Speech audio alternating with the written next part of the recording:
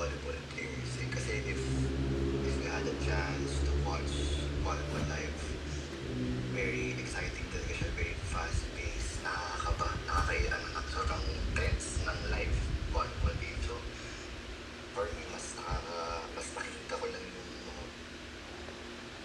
yung mga athleticism ng mga players, lalo na if you're able to watch yung mga world-class na players, doon mo talaga makikita yung lakas, bilis, tsaka taas ng talon ng mga athletes sa volleyball, lalo na sa men's. So, yun lang. Mas na-appreciate ko lang siguro yung excitement, the thrill of it, volleyball. Tsaka, madami na kasing trainer sa basketball eh.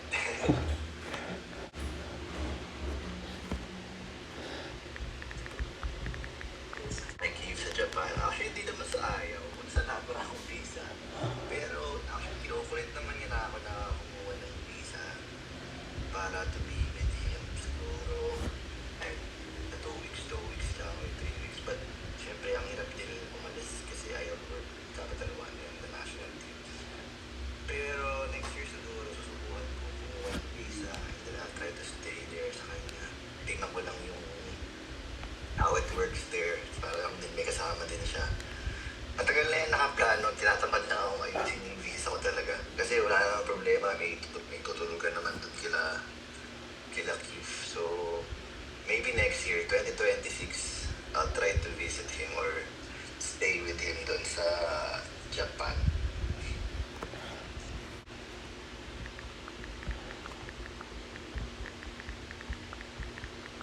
Siyempre, if maglalaro ako basketball, hindi ako marunong volleyball at all. No, I think, no. Marunong naman ako siguro basic. Like, siyempre, kasi ilang years na rin akong nagtitrain ng volleyball teams. So, I know the basics, but I cannot play the sport. Like, no chance. So, basketball pa rin talaga. First love. So, it's an easy answer. Kung ako lalaro, basketball pa rin talaga. Yeah.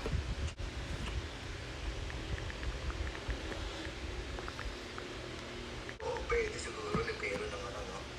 Ang nakakatakot lang pag libero ka, lalo pag mga kalaro mo, mga lalaki, lakas pumalo.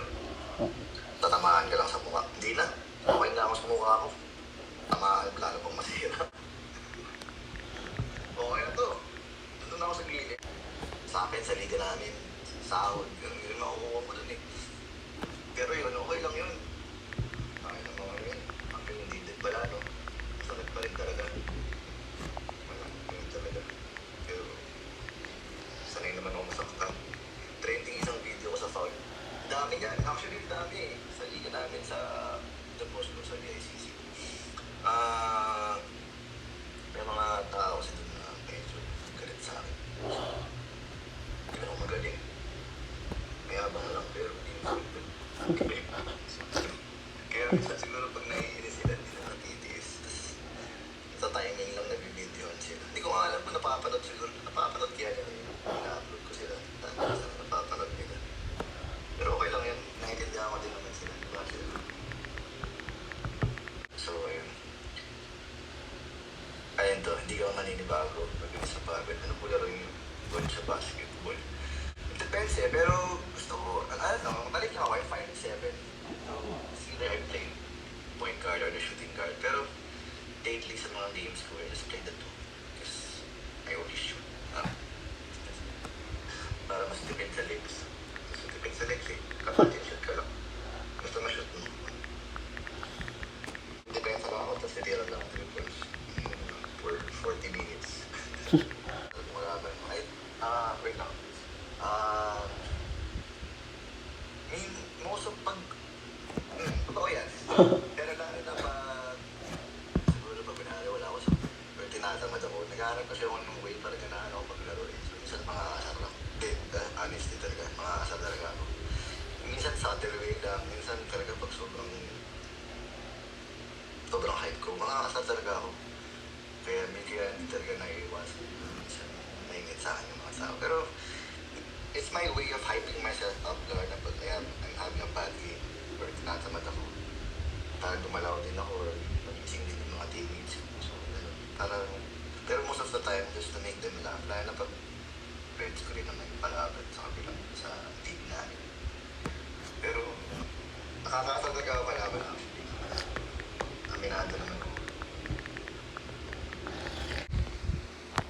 How your career started in Akari? My career started in Akari. Actually, very traditional yung pagpasok ko sa Akari. Literally, nag-submit ako ng resume sa Akari.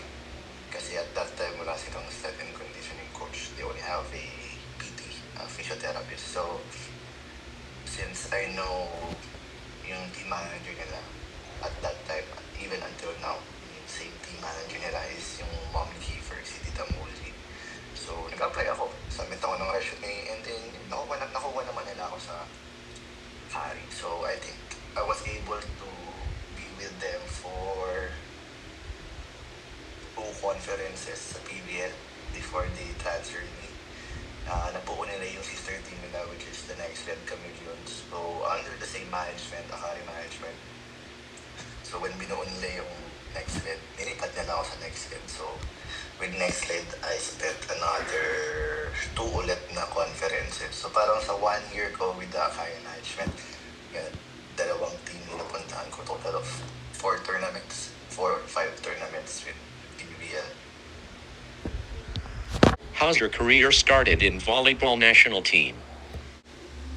Sa national team naman, sobrang biglaan lang siya. So, my contract ended with my former team. Naalala ko to, May 15 of 2024. Yes. So, May 15, 2024, yun yung end of contract ko na I won't extend na for another tournament with them. So, yun din yung araw na may nag-text sa akin na if I want to help out with the national team. So, May 15 din yun. So, literally, the day that na wala akong work, nagkaroon din ako ulit ng another opportunity. So, hindi ko talaga yun nakakalimutan. So, May 15 din yun, hindi mo siya offer. Like, parang tinanong lang ako, so, gusto mong tumulong sa national team and volleyball. Umuon lang ako agad kasi yun talaga yung one of my dream talaga ever since college is to like work with the national team. Whether anong sport man yan, basketball, volleyball, or yung isa pang sport ko nung grade school ako, taekwondo. So, basta makapag-participate na ako sa national team sa game talaga. So, hindi na ako nagtaas ng details about it. Sabi ko lang game, so di ko na tinanong kung anong setup, di ko na alam kung sino-sino yung kasama ko. Sabi ko lang game, kailan po yung unang training. So, yun, 2 days after, pumasok na ako sa national team. Na-meet ko na yung mga players, ganun. So, and then from there, the rest was history na.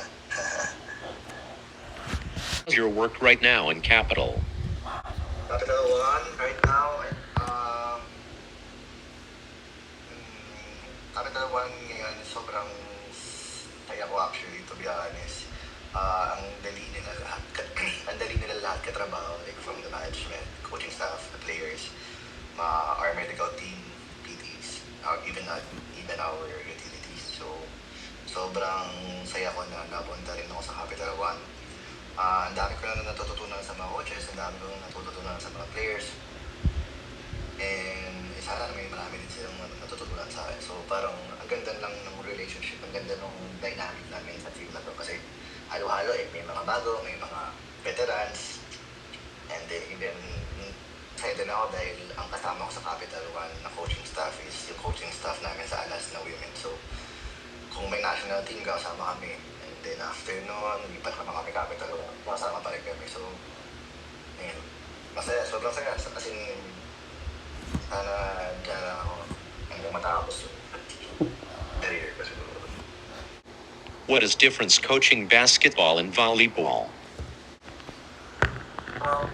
Kung the difference between coaching siguro basketball or volleyball, if you get the chance to observe training sa gym, basketball and volleyball players, kung hindi mo alam yung sport nila, I think you won't be able to distinguish kung basketball or volleyball yung train kasi they train very similar. Kasi syempre medyo similar din naman yung needs in terms of strength, in terms of power, speed, agility, and stuff like that. So, kasi nothing too complex naman yun, unlike yung mga nakikita natin ng videos sa internet. When you see professionals train, we just stick to the basics talaga.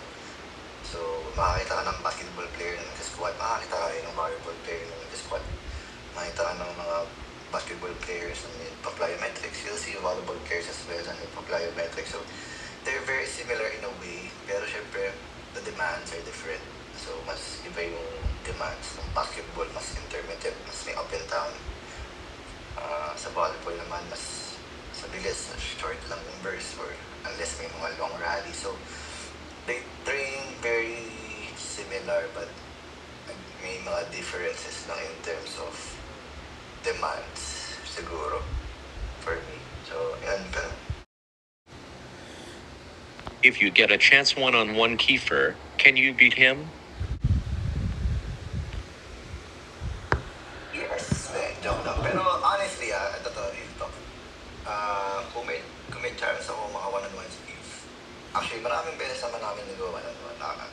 Especially yung pandemic. The way we play ones, we do it 5 spots, 3 dribbles lang, one-on-one. Siguro sa first spot na wala hindi ko siya naka-warm up. Kunyari kakagaling lang yan ng tulog, gano'n, kakagaling lang yun sa labas. Kaya ko siyang talunin, promise. Pero pag sineryoso niya yun, wala akong chance at all. Yung 5 spots na yun, hindi ako makakahawak ng bola. Pero kunyari, lalaroin lang yan, chill lang. I might get 1 spot for sure. For sure. 5 spots na 3 dribbles. Ay, okay, sige, hindi naman tumidepensa ng seryoso yun eh. Pero pag sineryoso niya, wala na akong chance. Dito lang. Marami kaming chance taga mag-one-on-one ng pandemic. Even nung pag nagka-true focus na yun. Siguro nakakuha ko ng spot sa kanyang mga ones. Or maybe nag-gaming to. Hindi ko lang, pero wala. No chance. So,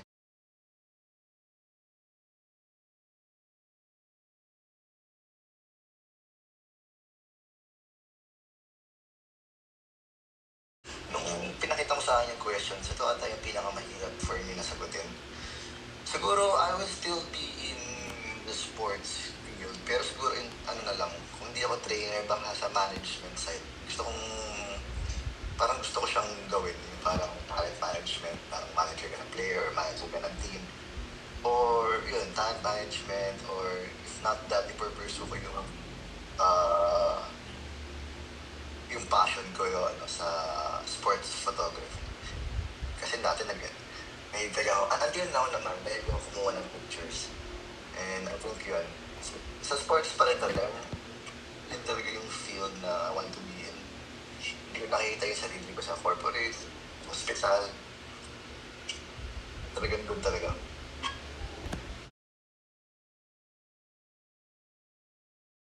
Kaya pa kasi ako dati, sabi ko, zero yun. Kailan ba nagsimula? 3 years ago siguro, so every year, zero talaga yung jersey number ko kasi parang sinasabi ko sa kanila yun yung number of players na kaya kong bantayan. Zero.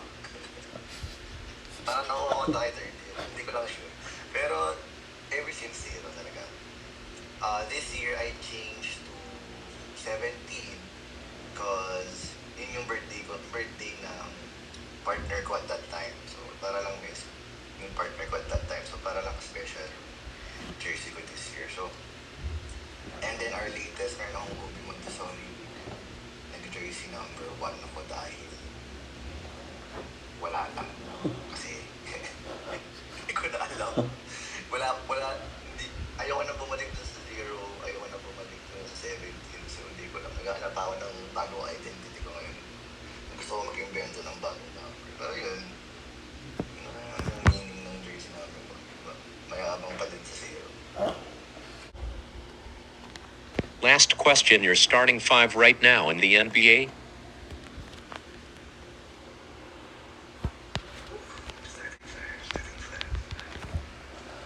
Point guard will be Luka.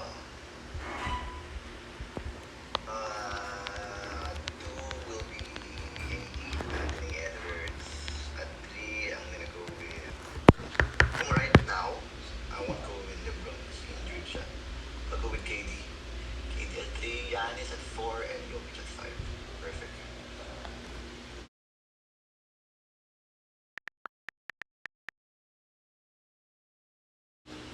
Thank you, Paul. Thank you, Paul. Thank you for giving us this opportunity to tell our stories din. So, gusto ko lang pasalamat sa'yo. Nakita ko yung passion mo sa podcasting tsaka sa storytelling. So, gusto ko lang sabihin, kung wala pa nakakapagsabi sa'yo, ako lang yung sabi na you're doing a good job. And thank you na binibigyan mo kami ng opportunity and this platform na to share our stories. No? Hindi man kami like mainstream like coaches or players, at least nabibigyan kami ng opportunity, no, to share. So, gusto ko sabihin that you're doing a good job and thank you for giving us this platform. Thank you. Thank you for watching.